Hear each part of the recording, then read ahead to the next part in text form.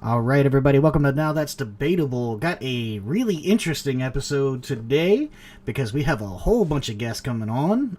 So I think this might be a pretty intriguing one, given that both me and my typical co host, Triple A, are probably going to be the quietest ones in the bunch because we want to sit back and kind of listen and learn to people's opinion and what they have to say on the matter. If that's something you're interested in, feel free to reach out to get on our show. We'd love to have you as a guest. Doesn't matter if you're not at all known or if you're super famous and you want to come on and talk with us and debate with us and have a discussion. That's what we're here for. AAA, if you want to go ahead and give Relic Media a plug, then I'm going to get our faces up on the screen and we're going to get this thing kicked off. Yeah, Relic Media is a new streaming service that we partnered with. If you want to learn more about them, just get in touch with us or Relic Media directly. We'll get you part of the Relic Media family. All right, so today we're going to talk about reparations. So just to get the conversation going, I'll kind of tell you my view on it. So I think any sort of moral injustice that ever happened throughout history, I think it ought to be rectified. To me, that's not even a question. The only problems that I really run into are logistics, like being able to implement it in a just way. So what are your thoughts on that? Does anybody think that reparations just ought not to be paid at all, or there's some of your thoughts on that? So are we able to define reparations so that we're all on the same page? Sure. So typically when we talk about reparations is usually like in regard to slavery. I don't even necessarily take it back that far. So like I'd be okay with kind of letting the slavery thing go. Mm-hmm. We talk about all the injustice that happened with the Federal Housing Authority. Blacks were just robbed of a lot of opportunities of getting wealth just through their ability to purchase homes. We talk about, for instance, like during the Great Depression when everybody was broke. That included Black Americans as well. The New Deal was supposed to come and help bring everybody, back to financial stability. Blacks were completely prevented from taking any part of that, which led to, huge deficits in amount of generational wealth, right? Which forced a lot of Black families into really poor neighborhoods. Their schools are funded by property taxes from the poor neighborhoods. So as a result, Blacks are going to get really bad schools. It's not an accident. Like this is all a causal shame. So I think it just should be like some sort of measures implemented to try to fix that. Yeah. Not that slavery should just be forgotten, but if we could get something just to fix this problem that happened with the Federal Housing Authority, I might be willing to overlook. I personally don't think that would be enough, and I know for sure that you can't erase slavery. That's probably the largest part of it, because when you go into the three phases, as a lot of people allude to, you go to the slavery phase, then you go to the 100 or so years right after slavery of the Jim Crow laws and things of that nature, and then you go to what we have in the present time is like as far as systematic slavery with mass incarceration, the Reagan drug laws, and things of those nature. So you have to, when we talk about getting reparations, we're not talking about just for slavery or housing authority. We want it for all of that. We want all of that because that's a lot of years that we suffered and we're still suffering from. You know what I mean? Yeah, I'm with you on that, and I think that the definition I think is on point with what you guys are talking about. Making amends, whether it's through money or other sources of value, to make amends to a people who were wronged. I think that I'm probably going to lie closer to you, Tyrell and Joel. I believe, yes, something needs to be done. My main thing is really understanding. I know there was a question posed about where's that money going to come from? Hmm. And, we see in history that they were able to find money, for, I think it was the Japanese who were the in the camps, those concentration camps. Concentration camps, yeah. From the A war. lot of people, a lot of people talk about the Holocaust. Yeah. My thing that because the U.S. still dishes out money for that, and I will say that yes, it is easier because of the records. There's better records. There were situations in the Holocaust where people Jewish people put their money in banks, and after the war, these people didn't want to give them their money back. So there's a easier pathway to get them their money back and make amends in that way. I think that in order to make amends, it has to be something creative. I think it was something like, I saw a number that it would cost 500 billion to 17 trillion to be able to do it with just finances. And I'm just like, man, how what does that even look like? So if y'all could speak to that, I would love to engage in that from that aspect. I'd also like to hear Nico, because I think he's gonna come up with some crazy spin. Before we move on to that, tread lightly. Roger, I think asking me to tread lightly is all but entirely fruitless. You know what I'm about. No, let me stop. But yeah, no, I'm for the moment, I'm just listening. I'm hearing perspectives, but rest assured, I will have much to input to this topic. We need some pushback. Go ahead and give us the pushback. We need that right now. Let's dive deep into the fire. You're only here for less than an hour. Let's dive into the fire. Okay, thank you for the invite. Dive into the fire type person I am, certainly. Okay, so first off, let's can I get a more concrete definition of reparations? Sure. Okay. That's a good question. Just so I know what exactly I'm. So usually when people talk about reparations, it's like it's some sort of compensation. Sort of compensation, usually in the form of money, giving to descendants of slaves, to rectify what happened with the American slave trade. Just to make it really quick, the Google definition just says the act or process of making amends for a wrong. Yeah. So and usually when people talk about that, they talk about in regard to slavery, and like a really, I guess a really simplistic solution. I think also silly one is just write a check to all the Black people. Sure. So most people aren't supporting anything like that. Yep. I've heard examples from scholarships, and so sort of incentives for public school systems, stuff like that. Sure. Honestly, I don't think throwing money at a problem is going to be able to fix it, because like a lot of the issues. Yes, it seldom does. Yeah, a lot of the issues seems to be like in sort of it'll be inside the institution itself. Like it's systemic, right? Like first, like when I was talking about the public schools, like it's no accident that it's mostly Blacks and Latinos that get the worst school systems. Yeah. That didn't happen by chance.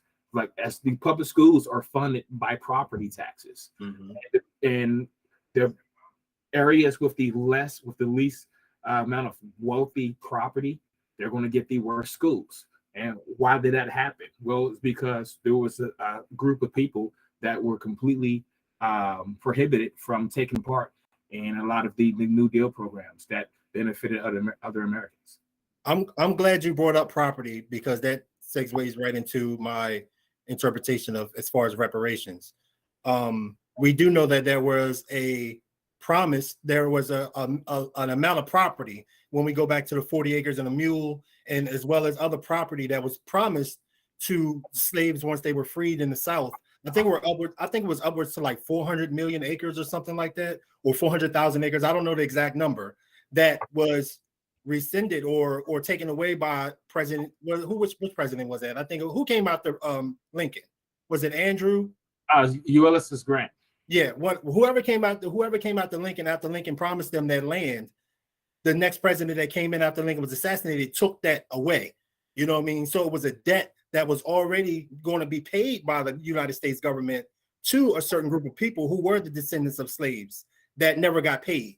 You know what I mean? Or they wasn't given that opportunity. Even when even the parts of the land they was given the opportunity, it was taken back from them because they let a lot of settlers from the northern come and overbid them for that property. So when we talk about reparations, we're talking about a debt. We're talking about a debt that is owed to the descendants of the people who were robbed of their culture, their land, their whole being. You understand what I'm saying?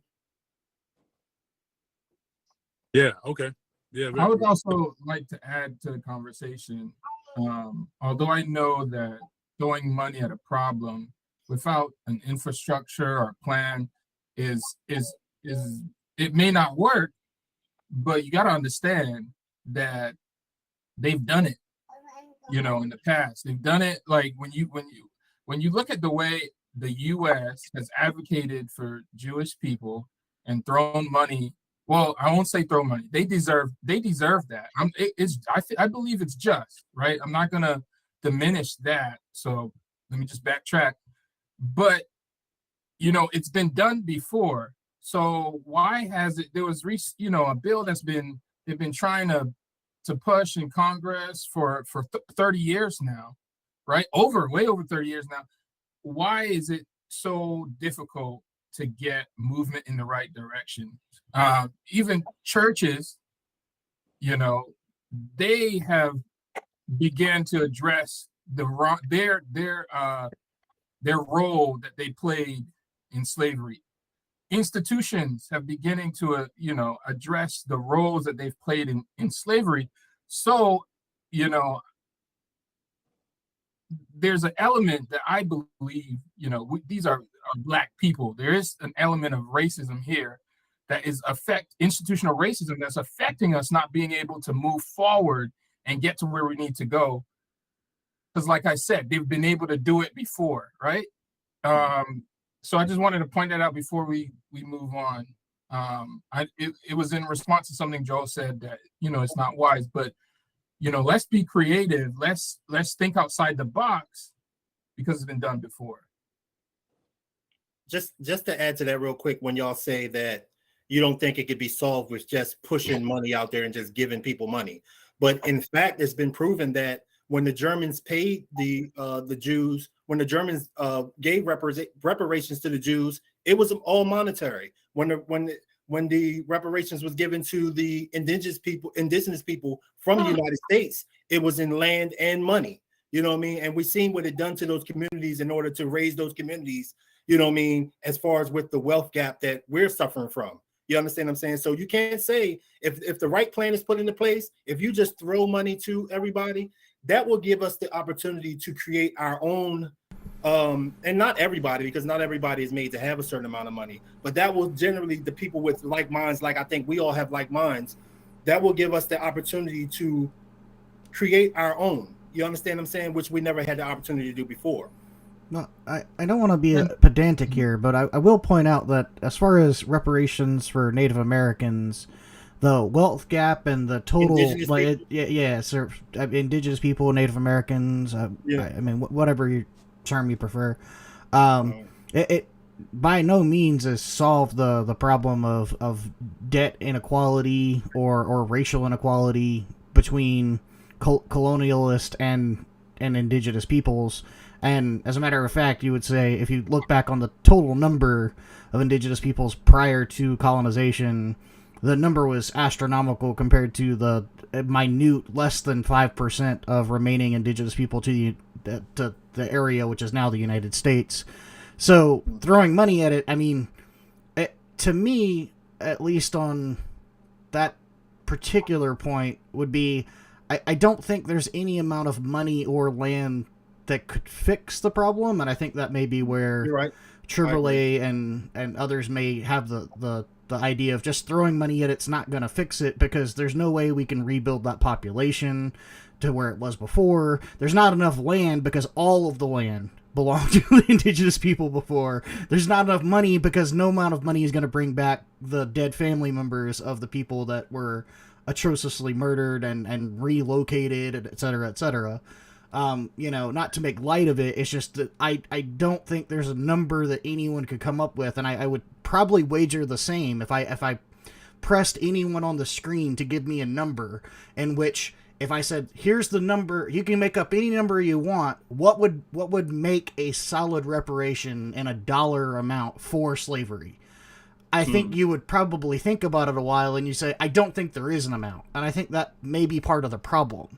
Is that, let's say hypothetically, I was able to push out, $18 billion and distribute it to every African American in the United States. Okay, and I would give it out an equal amount to every African American in the United States. Would you say that would then, reparations, end a conversation? Or would you say that a conversation still needs to be had? No, I'm not in agreement that just throwing money at it will solve the problem. I'm in agreement that would make things a lot better as far as with tightening the wealth gap that we have in the United States and all across the world. You understand what I'm saying? So yeah, I agree with that. I just wanted to make sure we're on the... That would mean just throwing money at it will just solve the problem itself. But that is part of the problem. I'm talking money, I'm talking land, I'm talking education, I'm talking the whole nine to give us the ability to rebuild what was taken from us, or what we never had the chance or the opportunity to do. So you can't really say, these are all projections. Everything that you do is just projections. You can never say what throwing money at can't solve. You understand what I'm saying? We don't, us as a people don't know what it is to be wealthy, or us as a people don't know what it is to be middle class. You understand what I'm saying? So if we were to be able to get that experience, you don't know what anybody to do with the experience that they never had. We're assuming that everybody's going to take that experience and just and go buy Jordans and go buy Cadillacs and things of that nature. Those are all assumptions that come from, the people that are against, fixing the issue. Yeah, I wouldn't. I work in the realm of education and higher education, and I guess the reason why I brought that up was, what posture or tone are we having? Are we starting these conversations with? Whenever you look at equity, right? Solutions to equity problems, and then just equity mindedness. You cannot have a deficit mindset. In education, for instance, one thing, you're limiting students by putting these ideas, these deficit minded ideas that, they came from an under-resourced school. They have these obstacles. There's this. We have to be move away from a deficit mindset to reach equity, because there's so much strength that comes out of people who are working, overcoming difficult situations. In education, you see the resiliency, you see the creativity because of their learned experiences. There's so much power that us in the educational field, we have to check ourselves and realize, are we limiting our students from being successful?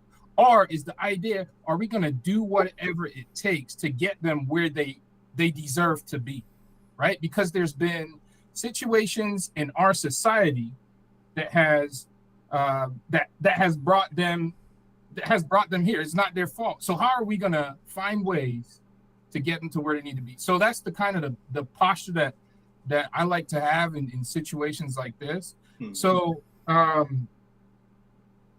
I just wanted to point out, but as far as money, I think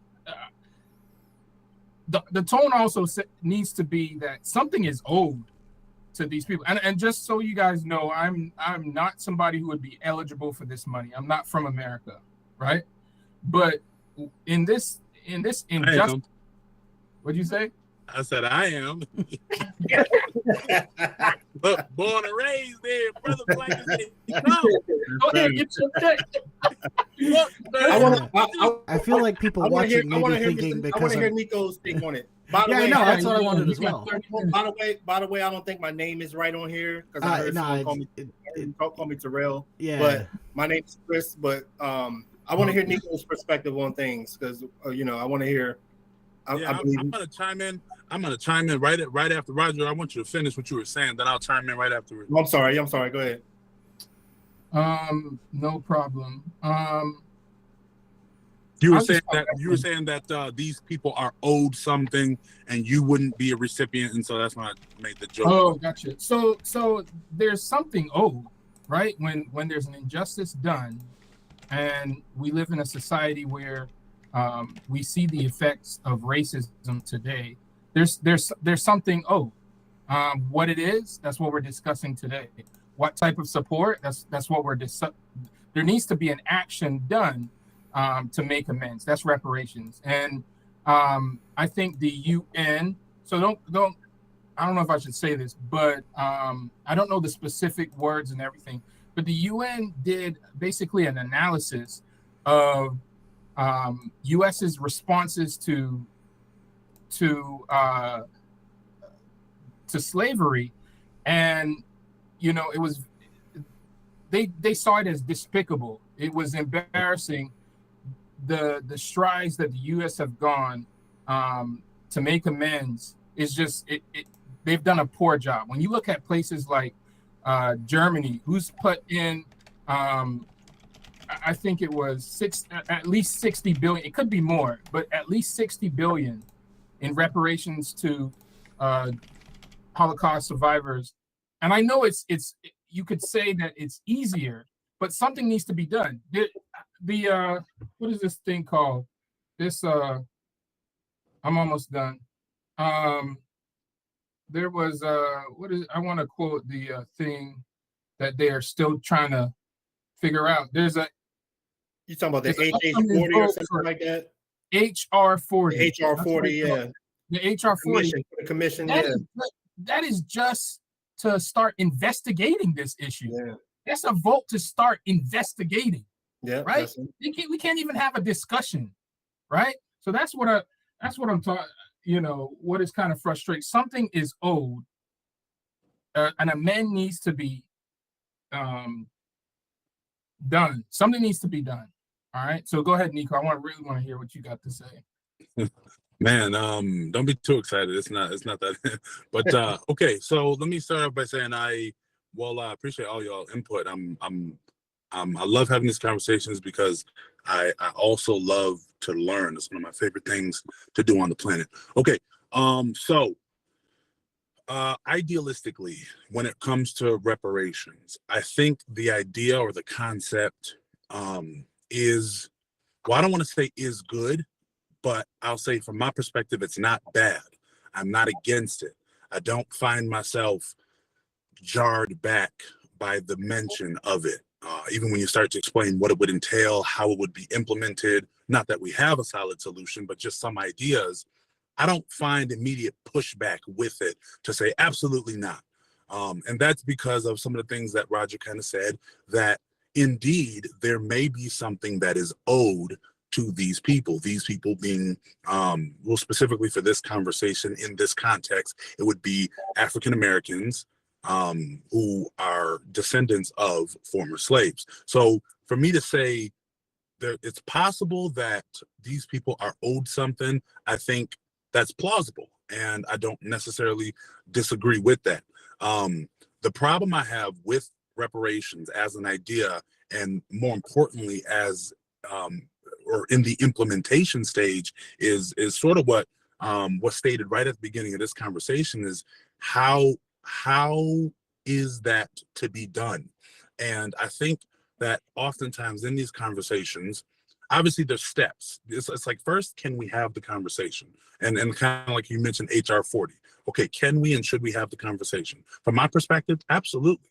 Very seldom are there conversations. I think certain things are more or less preposterous, but very seldom is something so preposterous that we can't at least talk about it, right? That we can't at least approach it. And I'm not just talking about individuals like we're doing right now, but at the government level, right? Can we get funding to launch an investigation to see, if we can track down to some reasonable degree, who all are affected by not receiving what was quote unquote owed. You talk about 40 acres and a mule.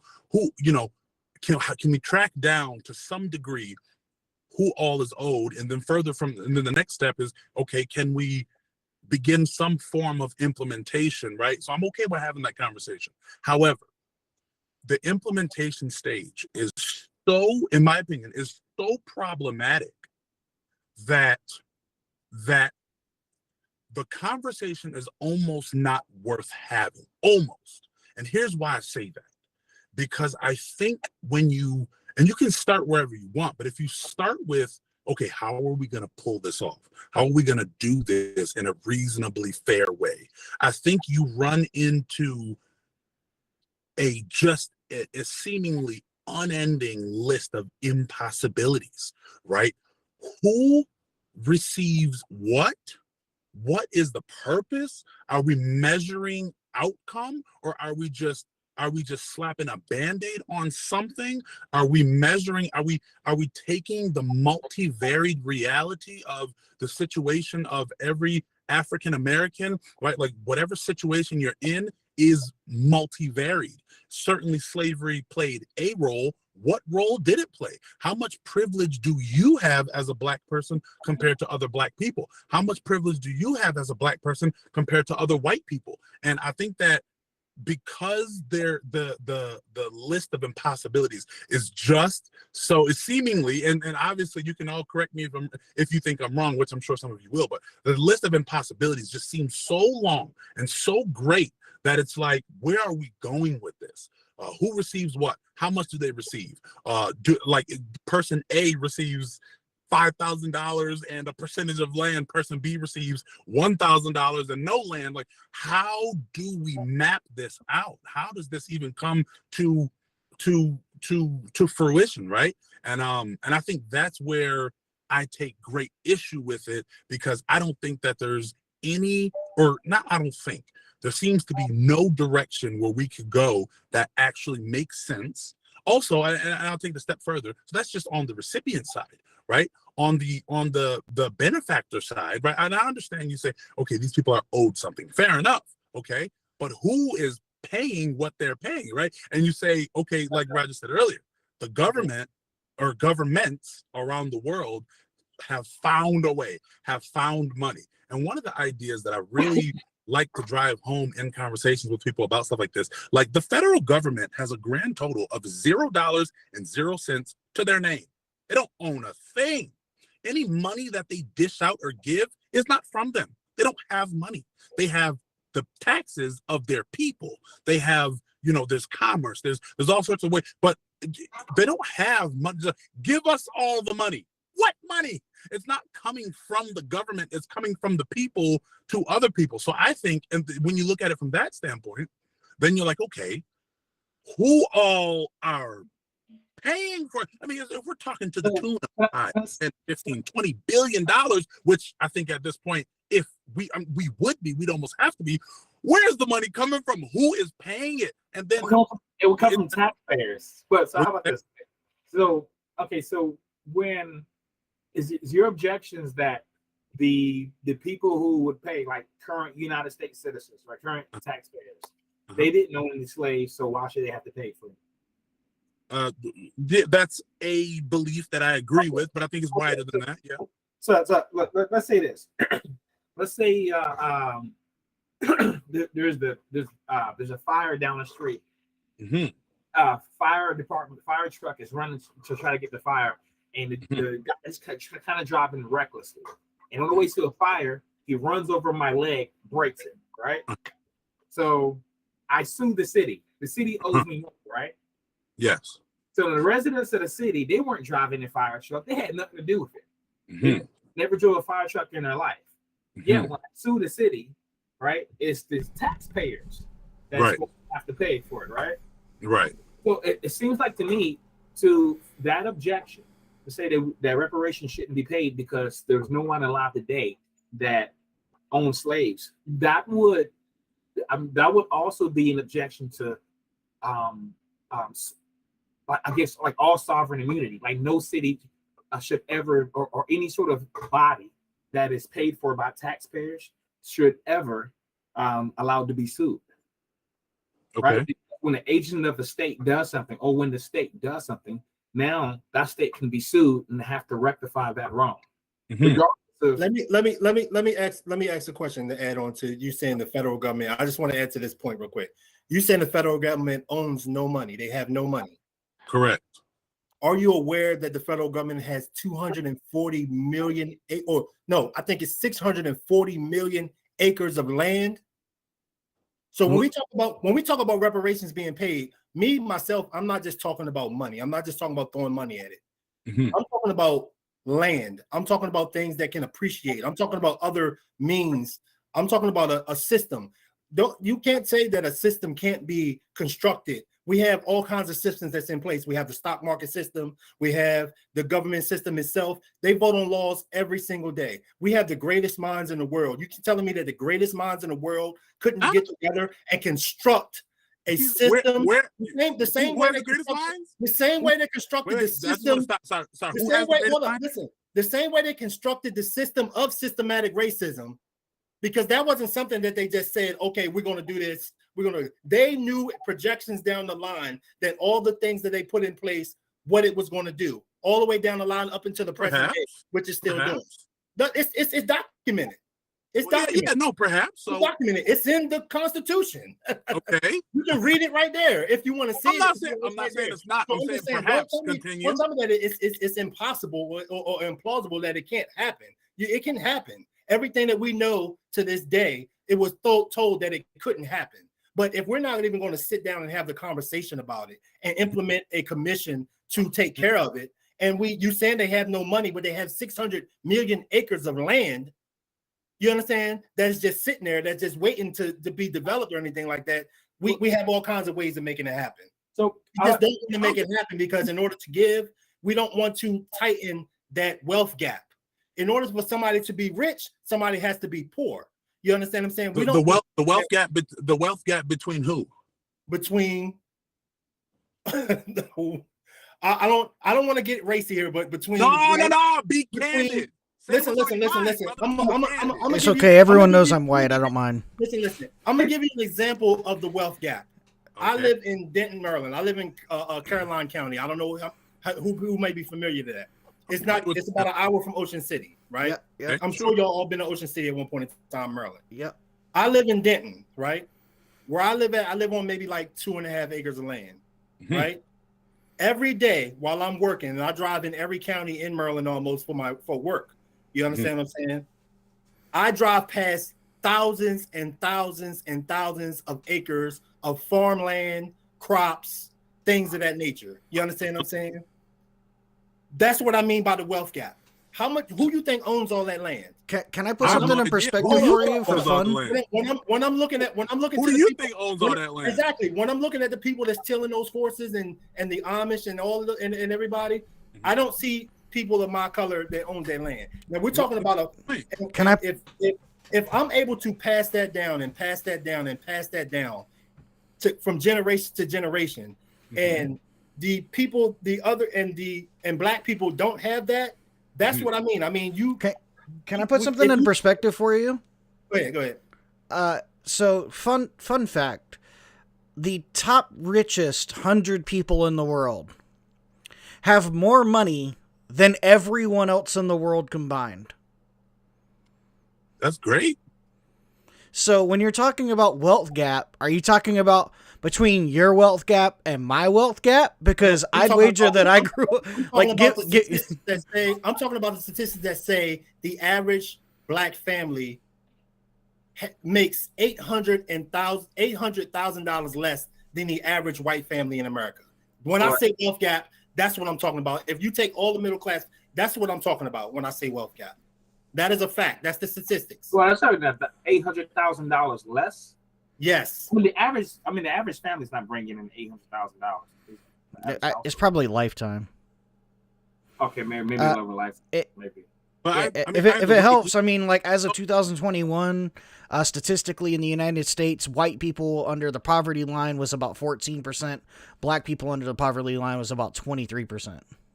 Yeah, but how much of the percentage do black people make up of the total people by population in America? You have to factor that in. I was statistically, it says there are more. When you get the percentage, that's automatic. Statistically, it says more white people are on welfare, correct? But most people will believe that it's more black people that's on welfare. Statistically, there's more white people on welfare because there's more white people. Because there's more white people. I mean, I don't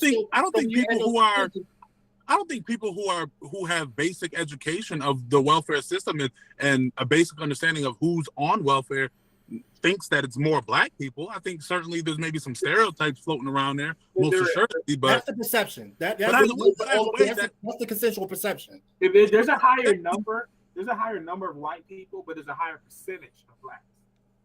Sure. Okay. Yeah. That's the way it is. But so let me just add to so by no means am I stating that that black people in America were not wronged at a certain point in time, and that different certain wrongdoings or being wrong continued on and even still continues in various degrees to this day. I'm not claiming that. And I don't think that reparations, however we approach the conversation or implement them, I don't think that reparations, again, are necessarily inherently bad or unproductive or whatever the case may be, whatever negative term you might toss onto it. What I think is that, and again, I'm not I would not consider myself a reparations expert or a, I don't know what the term would be. I can't think of the term I'm thinking of. By the way, I don't consider myself an expert or even someone who is just well studied in that regard. But from my layman's understanding of the possibility of reparations, that's where I think even at my level of understanding, it seems like, okay, we can have this conversation, but where is this going? It seems like we're running into a dead end. And are we potentially, how much resources are we going to spend, or are we talking about spending? Perhaps I haven't read HR 40, but I don't know what the language in that is, but to launch an investigation into whether or not reparations essentially can be done. What type of resources are we expending to do that? And what type of resources will we need to expend to essentially satisfy that approach? And then, at what point, whose conclusion are we going to accept? Because say an investigation is launched and we come to a point where we say this is impossible and ought not to be done. Is the conversation then over? Are you approaching, and I'm not speaking to anybody specifically, but are you approaching the conversation that something needs to be done regardless of how we do it? Something needs to be done, right? And so I just think it's an interesting conversation. I do like to have it, but I don't know where it's going. I don't see how it could be doable. What are the problems? Because like going back to what Joel said, you can start to be able to get anything done. You could start at investigating injustices. Mm-hmm. And I know I'm pausing on this point, but like the fact that you got to decide whether or not a situation like this is worth in investigating is just ridiculous, because they should be willing to put the money needed to at least start the investigation and at least say, all right, we tried, right? We worked at it. And then, so going back to what I was saying, like Joe started mentioning kind of on a smaller scale, like Wells Fargo, I think they owned hundreds of slaves. They used slaves for people would get loans by giving Wells Fargo slaves and all these things. maybe there needs to be some type of tax for companies that utilize slaves to go towards this fund that's going to be used to give back to this community. So my thing is that it's not something that is this nonsensical fairy tale, child's, it's crazy. We shouldn't even have this conversation. I disagree. The conversation needs to be had simply because, as you even said, there were injustices done, and if there's injustices done, if we actually believe in justice, and if you're a Christian, righteousness, because righteousness and justness go hand in hand, there needs to be some action done. The conversation needs to begin. It needs to be started. And because it may be too much, start the conversation. If another thing, like, this is just crazy to me, because in 2015, I don't know if this is a reparation, but in 2015, the UK just finished paying off their debt that went to abolish slavery. Like, I don't even care how long it takes to pay it off, right? There needs to be something done. Yes, it's going to come from taxpayers. Now, are Black people going to, African Americans going to be, I don't know why I did the air quotes, I'm sorry. Are African Americans going to have to pay taxes on this? I don't know, but and you said, who's going to do this? Nico, hire some experts. The Congress they'll work together, these people, and, I'm not I'm layman's terms, using layman's terms, hire experts who are knowledgeable, right? And I think that experts, just to be clear, hire experts to do what? Hire experts that are knowledgeable at, I guess we would need investigators. We would need economics professionals. We would need, financial planners. Find people who are experts. You guys are hired to make these hard decisions. Hire experts. Do what you're supposed to do. Hire experts to investigate. Professionals who've been doing this for a long time. To investigate that. I'm almost on board with. I'm almost on board with that. Almost. Yeah, almost. No, Nico I don't even understand. He will never, accept defeat in any, if something looks like or I don't even understand why he needs to be an he will never concede fully. Roger, I started my soliloquy with saying that nobody cares about that. Play with words? That's foolish. I play with words. I'm being serious. Unbelievable. It wasn't a play with words. I'm being serious. I started out my whole thing that when I started speaking today, the first thing I said was, I'm okay with us opening this and I specifically said, not just among peers like us. I said at the government level. I said officially, formally, I said, thank you very much. So Nico will never concede, even when he is wrong. That's because I don't negotiate with terrorists. If the question, I don't negotiate with terrorists. If the question is, how do we pay it back and who's going to pay it? We can pay it the same way we pay everything.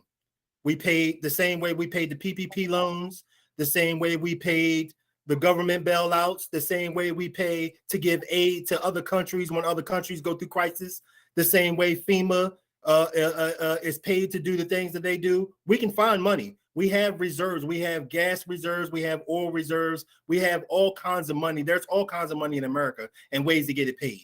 You know what I mean? That is not even the question. The question is, and I frankly don't see why the reason for an investigation is because all the proof is, as they say, the proof is in the pudding, whatever that means. That's just the funny thing to say when it comes to that situation. It's no need. Like I said, it all boils down to, in order for the wealthy to stay wealthy, someone has to be poor. And who are we going to choose to be poor? Because everybody else, the indigenous people, the Japanese, the Jews for the Holocaust, everyone else that has been wronged has been has been reparations made. They have, with us, they may have just pulled the knife out. Yeah, you pull the knife out slowly, very, very slowly. You pull the knife out, but nothing has been made to heal the wounds. Affirmative action, all of that, the No Child Left Behind, all of that crazy mess. None of that has worked. That has been just little things to put blinds on your eyes. None of that has worked. In order to do it, we have to do something to. So I mean, even just tighten the wealth gap. We have to tighten up the wealth gap. We have to tighten the land gap, because if we tighten the land gap, and we know that's the most precious commodity on earth is land. You know what I mean? And the discrepancy between land for Black people and for white people is so great and so enormous that we will never be able to catch up. Let me ask you a question. Anything that they implemented. Let me ask you a question, because a second ago you mentioned a couple programs, and you almost criticized them and insulted those programs as, you know, affirmative action being one of them, No Child Left Behind. And are you if you're stating that those didn't work, somehow in whatever backing or education went behind implementing those plans and they didn't work, yet somehow reparations is just gonna work, even though it'll economically multitudes times bigger than No Child Left Behind and affirmative action. Let me be clear. Let me be clear. Those things won't work. Yeah, those won't work because they were never made to work. They were never implemented to work. Those were just things, like I said, those were blinders to put on your eyes to make it think like something was going to happen. Blind from, well, affirmative action blinders for white women, for other minorities. So affirmative action is actually what actually helped, you know, white women have a seat at the table. You know, Asians benefited from it, and these people don't like to admit it, but you know, they wouldn't be where they were today without it. So it did work, but there needs to be, like I said, going back to professionals, looking at ways we can equitably assist these students. And then you go back to what's going on now in higher ed with you know, the admissions process. And you know, and them thinking that by now we would be ready to, we wouldn't need these extra things to get students into these institutions. It's because people aren't willing to do the work, right? They're playing with money. People aren't willing to actually get these experts in place to create these plans. They just, you know, no one really cares about people of color at the end of the day. I think that's part of the biggest problem, is that even if let's say hypothetically the money was thrown at experts to do something or to research it, do you think in the end that people are willing to take the necessary steps to really try to rectify the atrocity of slavery? Because I don't. I'm not saying I don't think that there deserves to be some recompense or that there's not a debt that is owed. It's just that I don't see the feasibility of getting 350 million Americans on board with any one subject, especially something that a majority of those people, yeah. So it's just, you know, it's a conversation of if it should be done. At the end of the day, I don't think when you people do not like giving up their privilege. People do not like, especially giving up their privilege to Black people. You know, white people especially. You know, they can give up their privilege to Jew, you know, to Jewish people, to others.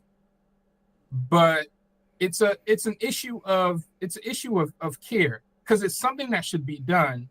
Now, let's put some intelligent people in place to at least structure these programs, because there's so many programs that have been successful. When you actually look at resiliency, when you actually look at what works, you can get to where you want to be. When you look at the success rates of charter schools or these underprivileged programs that actually work, let's focus on that. And you know what? Let's hire the people who constructed those programs, right?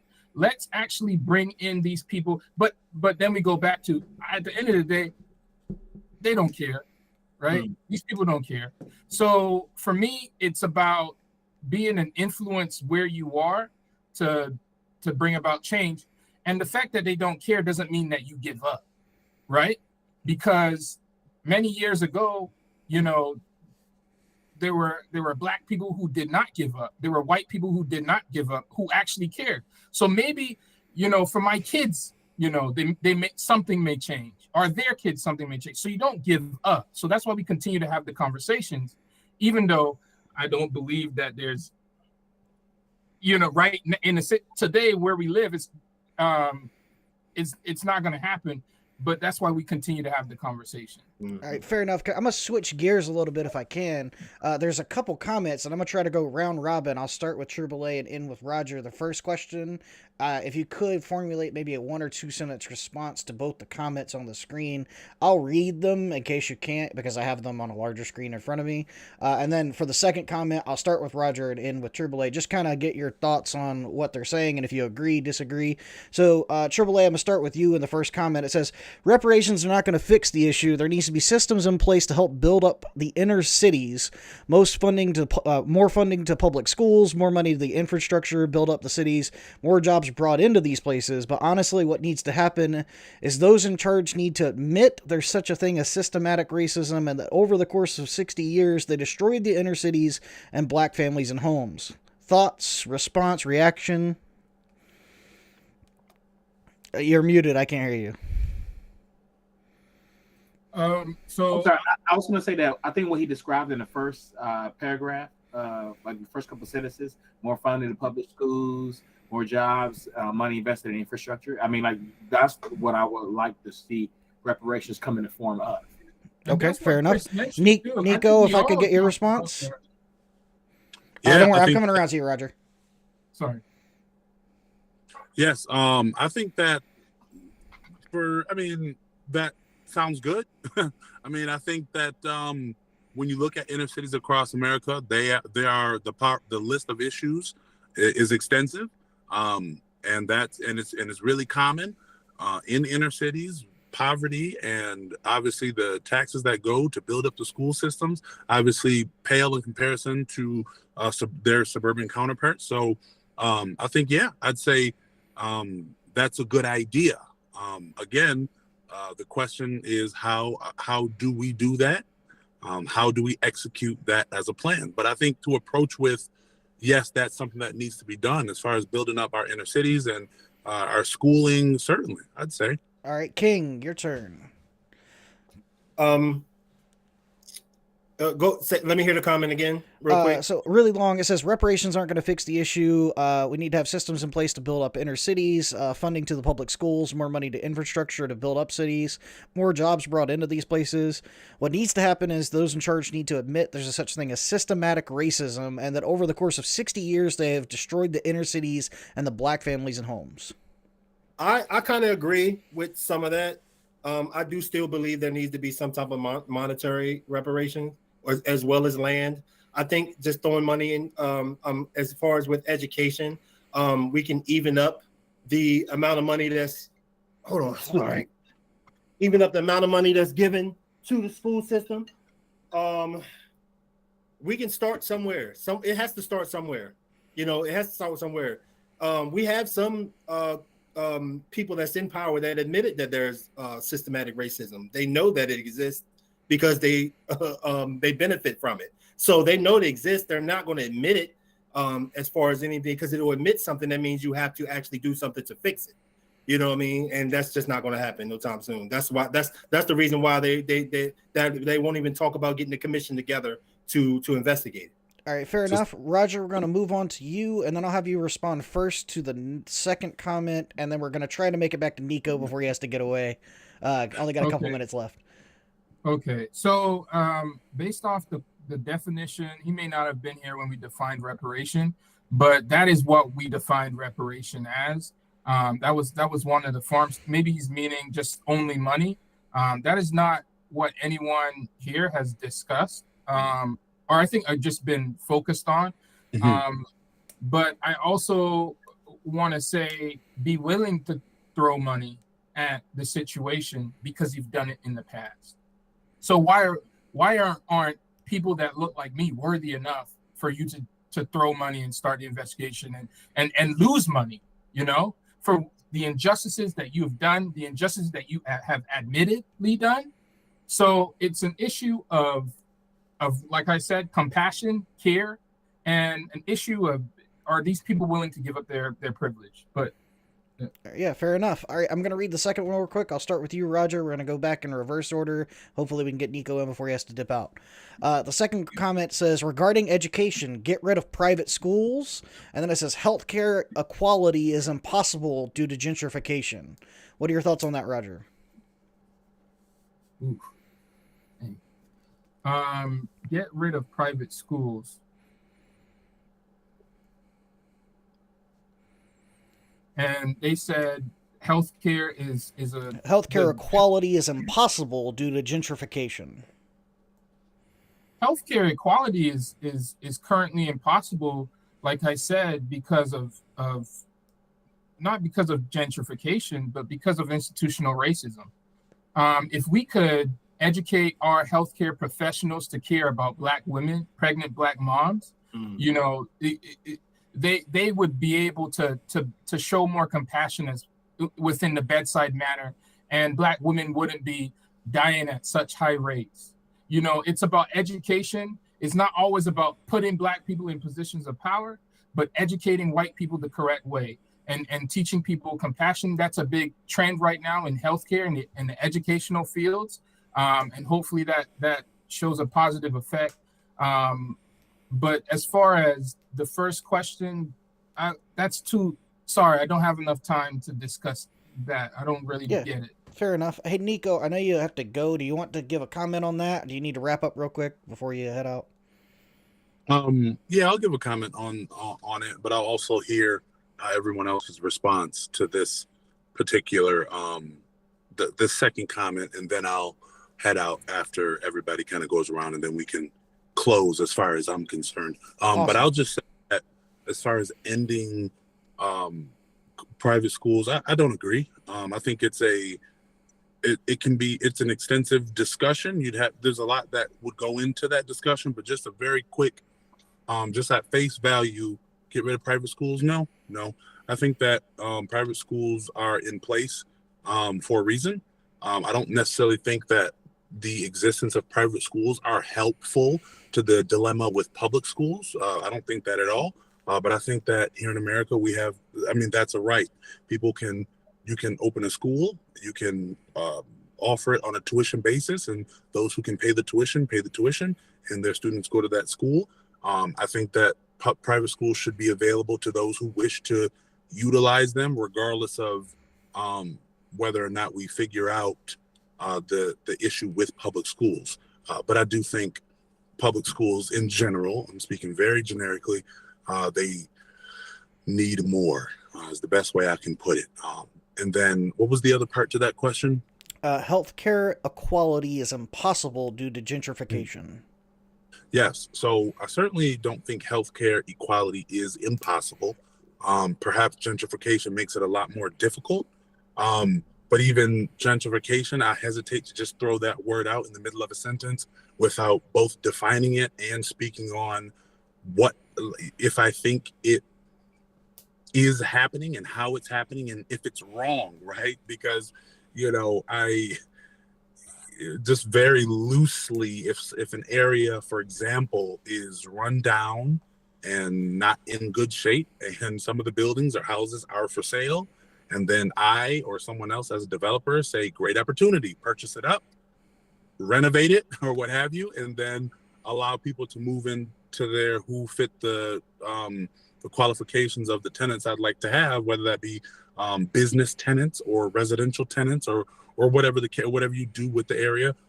Is that fundamentally wrong at all? Is there an issue with that? It's like, well, you're breaking up this community. It's like, perhaps, but welcome to America, because and I think the real estate developers who are white compared to real estate developers who are Black, there's a lot more white real estate developers, but I know plenty of Black ones as well. And I plan to be one day. And so make no mistake, I will take actions that can be categorized as gentrification. So is it wrong? Who knows? But I know that house costs $15,000 and it's run down, and I'm going to build $1 million building there with, 12 tenants, whatever. So, and that's a very, very, very loose kind of look at gentrification. So, but anyway, so back to healthcare. No, I don't think it's impossible. Certainly maybe made more difficult.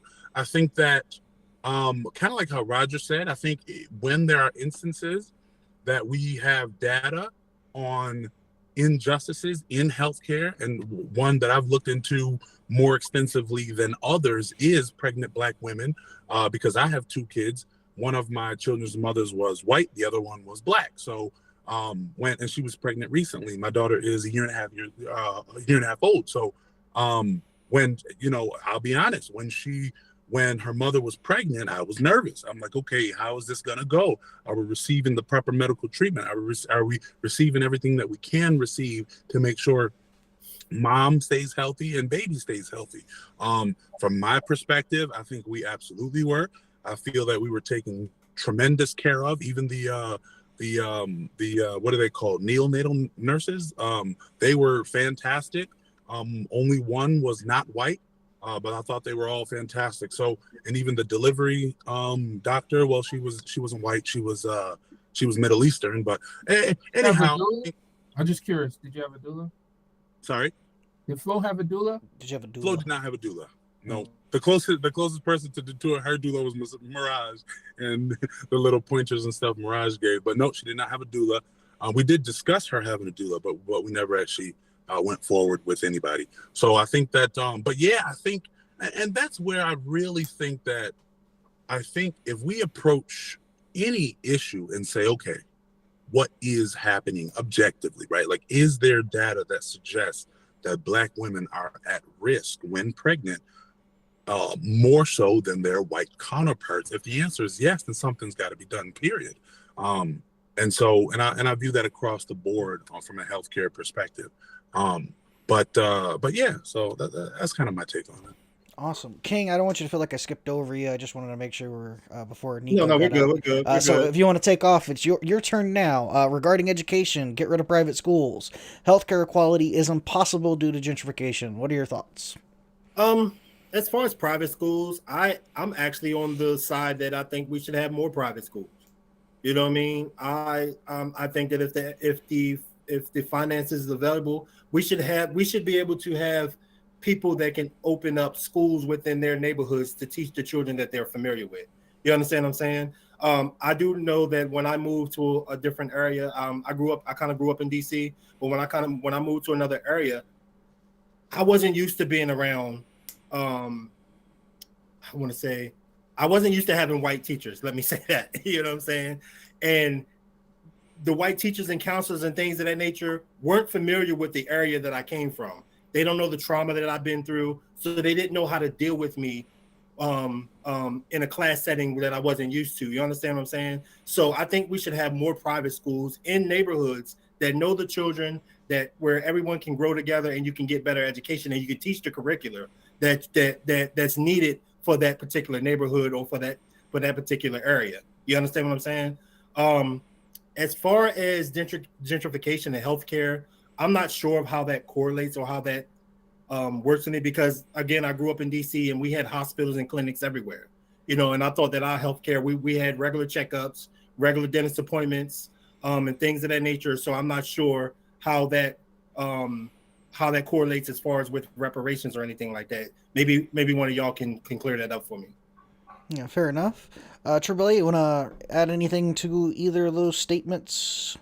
Sure. I think he has the opposite solution that I would say. So regarding education, like getting rid of private schools, no, get rid of public schools. Like public schools is one of the things that is promoting the systemic racism. Like I said, they're bad because the funding is based off of property taxes. And you have a school system, they're going to be able to compete better. It's not going to be based off of the money that they're getting for the project that they're living in. So no, get rid of public schools if you're going to get rid of anything.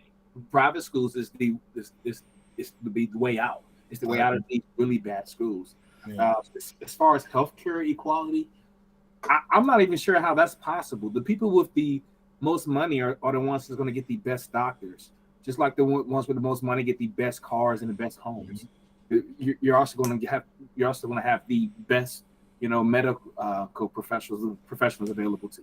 I mean, there's just how it works. I mean, like I work not for black mothers, but sorry. Well, yeah, I mean, I think it's unfortunate that that's sometimes what we see in healthcare. It seems to be like some racist practices. So I'm opposed to that. But even if everybody was the same race, healthcare equality is, to me, I just don't see how that's a thing. The doctors, like medical professionals, they're going to vary in their skills, and the ones who are the best they're going to go to ones who are going to pay the most, and that's just the way it is. Yeah, actually, yeah. Now that you kind of mention it I do agree with that. I was more so referring to because healthcare, most Americans are not paying for their healthcare needs out of pocket. So, I can afford to. I mean, I think that may be where the question was stemming from. I don't know. I don't know what it has to do with reparations per se, but it seems like maybe it was more stemming from, maybe access in general to healthcare, or more like a socialized healthcare, if you will, plan. So just something like basic checkups and routine health, everyone should have the same access to, no matter your race. I mean, at least that's where I would. Yeah, but it's not going to be. It's not going to be the same quality. I agree. I don't think it's the same quality. But working at Med Express, it's not going to happen. Right, but if somebody walks into a hospital, no matter the race, they should get the same quality from the same doctor. You know what I'm saying? Yes. If they see HMO on that insurance paper, you're not getting the same quality or nothing. I guarantee they ain't got no insurance. It don't matter. I ain't got none. I walk in the door, they tell me to leave. Well, what you can set a minimum baseline of quality. Well, I think that may be where they're going. I don't want to. Yeah, I don't want to interpret what the commenter said. I don't know. They didn't expand upon it. I'm just saying, like, if I walked in and everybody else on the screen walked in and we all had the same problem, we should all get treated with the same level of care and respect. If we all walked into the same hospital, no matter what color we are, no matter how much money we have. Certainly. I don't want to expand upon. I don't know what Miguel will say. Like, that's not what I'm saying. But I want to go back to Nico real quick, because I know you're the most time crunched. Is there anything you wanted to add? Anything you wanted to have as a comment? And then I'll of course reach back out to King and to Roger, make sure your time is respected. And if we want to continue on with the conversation, we can. But Nico, I know you're most pressed for time, so. Yes, I am. Yeah, I'll just kind of end. Lastly, I'll just commend all of you for approaching this conversation, man. I think that more of this needs to happen, and kind of like I alluded to, I have nothing to announce right now, but kind of how I alluded to earlier, I certainly plan to jump headfirst into sort of the grand discussion, the national discussion on all these things and a whole breadth of other topics. So I commend you all for being willing to be here and have the discussion and many more. So thank you guys. It's been a real joy. The one last question I do have for everybody, if we can just kind of go round robin and everybody can answer, what is a woman? No, just kidding. hey, no, just kidding. I'm joking. Hey, man. Hey. I'm just kidding. No, I'm joking, man. No, it's been great. Thank you, guys. All right, you can find Nico. It's at Nico Nice on YouTube, right? That's right. Nico Nice everywhere. NIKONICE. YouTube is starting to take off. So is Instagram and TikTok. So, hey, follow me everywhere. Yeah. Got it. Thank you for joining us, Nico. Absolutely. You all have a good night. Appreciate y'all. All right, Roger. I'll talk to you soon. All right. So King and Roger, do we want to continue on the conversation? What's our time limit looking like? Is there still things on the agenda we wanted to address and discuss? 15, I'll kind of leave the ball in your court. Yeah, I got maybe like 10 or 15 more minutes. I got some work I got to get finished up. Okay. Yeah, same for me. I gotta put the kids down to sleep. All right, fair enough. Triple A about the same, about 10 I love minutes. hearing stuff like that, man. Yeah, so I mean, obviously the whole purpose of this show, at least, is to bring about conversations that are not easy to discuss, to have that debate. And although I think there's some opposing views on the how things are accomplished and how they get done, I think the question that, at least from what I've gathered, is like, what is there any steps, do you think, like concrete steps, do you think that we could make as a country, not as on an individual level, to essentially start the process of making reparations, if you think they're necessary, and what do you think that would look like? And that can be anyone that's... All right, I'll go first. I like the idea of building up the communities. I think that was something that Warren Buffett had touched on at one point in time, when he was asked about reparations, because he was kind of against just giving money. But he said that, we're building up communities and focusing on the lesser communities will kind of put you in the right direction. You understand what I'm saying? That could lower crime rate. That can lower a lot of issues with having to deal with the welfare issue, with having to deal with the separation of the Black family, as well as the other ethical nations of families and things of that nature, in the ghettos or in the lower or the poor neighborhoods. I think we could start there. I'm on board with all that, but we need to do something. Like Roger said, we need to do something. Something needs to be done. You know what I mean? Yeah. So I am big on education. I think that, so basically young Black boys, they go to school and they're excited to learn, they're excited to learn. But by second grade, they no longer want to be there. We have some serious issues with schools where teachers are over punishing our students, adultifying our students of color. And I think that where I would want to start, if someone said, Roger, we want to bring you on this panel, I would start with education. I would start with implementing equity-minded practices. I would start with educating. And it's a little scary now because, you got the critical race theory stuff going around. But that's where I would start. I would start embedding a curriculum that shows these Black students what our people have done. And not only just Black students, but other students of color. Because right now within education, we see the white mathematicians. But there's many great Black, there's many great,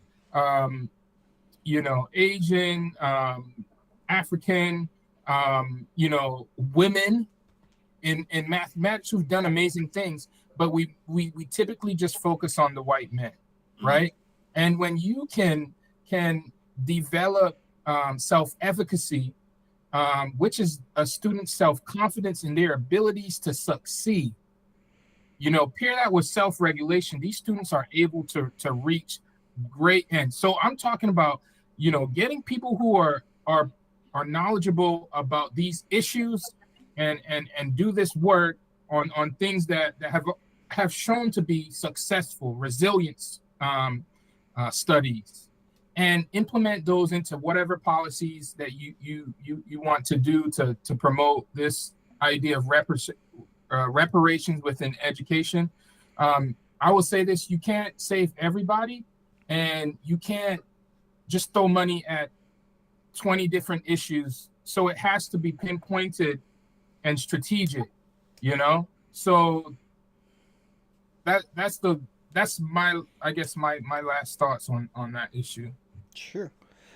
So given that we've talked at a macro level, like what could, as a government, what steps could we take? How about at a micro level? What's something do you think an average citizen could do, maybe on a daily, monthly, yearly, etc. basis, that would help discourage racial inequality or help promote things like racial equality and show racial injustices at an individual level?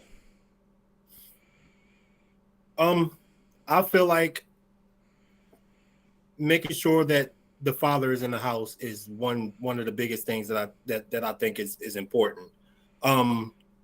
In dealing with our community itself, we have a lot of single mothers and a lot of families that are not together, that are broken up. So they don't get the same amount of education, or they don't get the common education that a Black father can give to his child.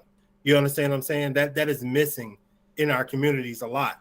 You know what I mean? So we start with that. We don't get the financial education as well.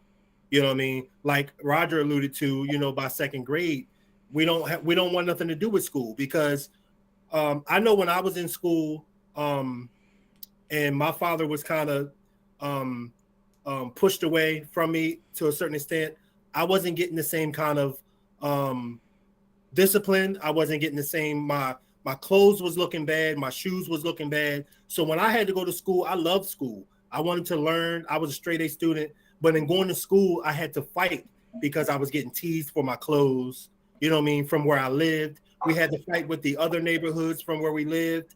You understand what I'm saying? So it discouraged me from going to school a lot. It wasn't the education. It wasn't the curricular or the education itself. School was easy to me. You understand? And I'm just speaking from a personal perspective. School was easy to me. It's the other things. It's the other things on the outside that affects education as a whole. You understand what I'm saying? And we don't take those things into consideration when it comes to things. We think that it's just go to school, get an education, get a good job. You know what I mean? But when you're creating that, you're not creating entrepreneurs and thinkers. You're creating people. You're creating laborers. You're creating unskilled laborers. And that trickles down into the communities and the particular education that's being taught in the schools within the communities. Roger, did you have anything you want to add to that? Or? That's a good point.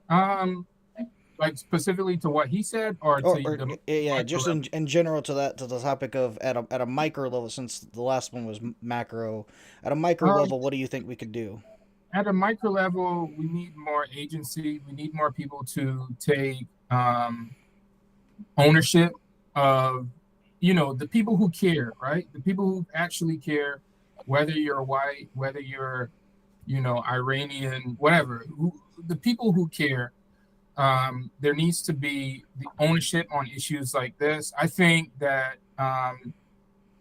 Black men like myself, like Joel, King, I think that, successful Black men, positive Black men, there is some responsibility for us to, in whatever way that we can give back to our community, whether that's being in a program in a local YMCA or speaking. Nico, I've brought him to an elementary school, and he's spoken to students and had a great impact.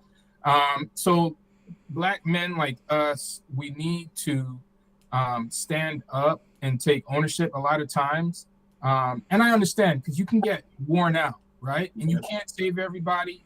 And I'm not saying put all your finances into the communities. But when you're able to give what you can in whatever way you can, if you're a person who is white and you're trying to understand these issues, educate yourself. Don't go to Black people and ask them, how can I learn?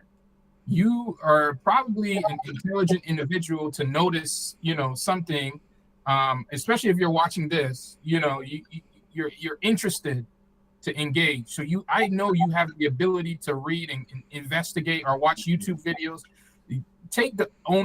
More people need to take ownership in these issues instead of just standing on the sidelines and blindly not, partaking. That's my perspective.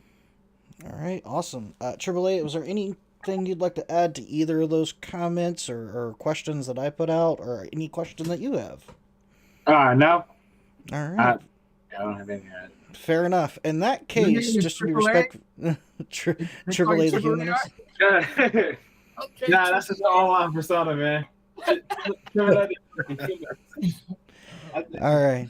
Well, I appreciate both of you coming on. Nico, of course, as our other guest. But what we typically like to do is give our guest last word of the show. Since there's two of you, I don't really mind which order you do it in. But if you'd like to plug anything or promote anything or have a last word in general, I don't care which order you do it in. But you'll have last word of the show, and we'll wrap it up.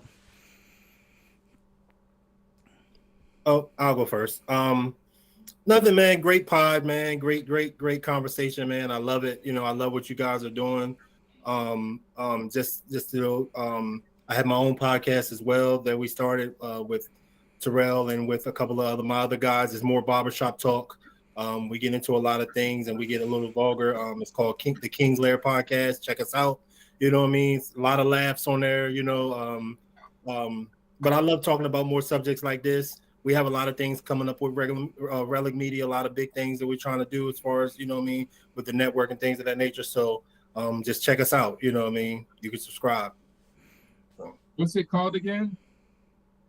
Relic Media. Well, I'm pretty sure you're familiar with Relic Media. Relic Media and the King's Lair Podcast. King's Lair Podcast. Okay. Yeah. Cool. Thanks for having me. I enjoy having these conversations. I think they're very meaningful, and they need to continue. My wife is calling me. I think all our wives might be calling us. I know mine. But I appreciate you guys, and I gotta go put these kids to sleep. Yes, all right. Well, thank you guys both for coming on. Hope you have a wonderful evening. If you ever want to come back on or have another discussion of some sort, we'd love to have you back. All right. Appreciate it, man. Thank you, guys. Be safe, man. Be good out there. See you guys. All right. All right, AAA. Let's go ahead and wrap this bad boy up. Was there anything you wanted to add before we wrap up the show? Sure. We are looking for new guests. As of right now, we don't have any guests for next week.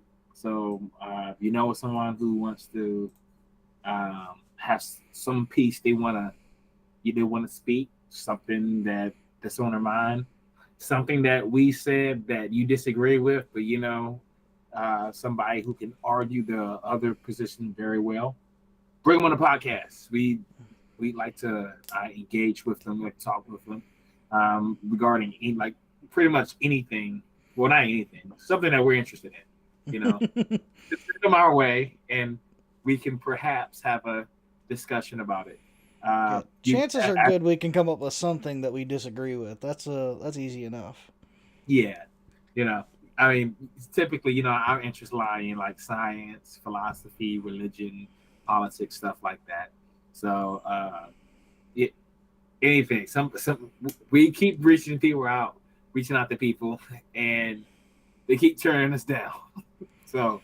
I get we're small, but we do appreciate the support. We do ask that you subscribe, like, share the videos. That way we can grow a little bit. If you like what we do, if you commented, please give us a like, a share. Even if you only watch for a couple minutes, or if you end up catching one of the shorts that we put up, because we're going to try starting doing some shorter episodes in the meantime that aren't full deep dives, because that's typically what our live show is dedicated towards and geared towards.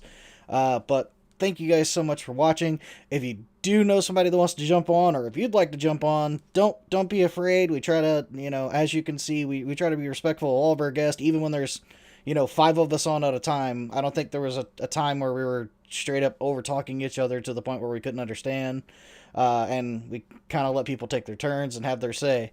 With that in mind, if we don't see you, well, we'll see you next week no matter what, but next week, if we don't have a guest, it's going to be a different style of podcast, because we're going to tackle a bunch of shorter topics that we have listed out and break those down into episodes for YouTube to try to help grow the channel.